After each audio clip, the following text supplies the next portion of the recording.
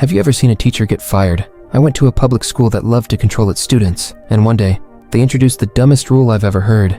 Apparently, they thought too many people were out in the halls instead of learning. So, one morning, they announced that students were no longer allowed to go to the bathroom during class.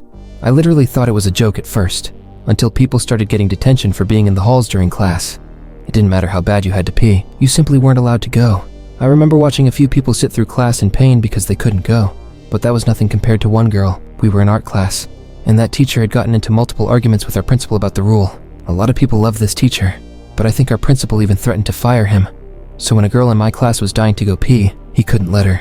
She ended up sitting there in pain, sweating for 20 minutes, and wasn't going to make it until lunch. Since he wasn't about to let her pee her pants in front of all her friends, our art teacher decided to walk her over to our art storage room.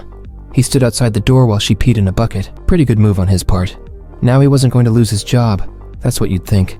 Turns out a few bratty kids in our class knew what she did, and started telling their parents. The news of it spread, and soon enough, reporters were at our school questioning him. The next day, there was a news article about how that teacher made the girl pee in a bucket, but it didn't mention our school's rule at all. Our school's administration panicked, and guess who they blamed?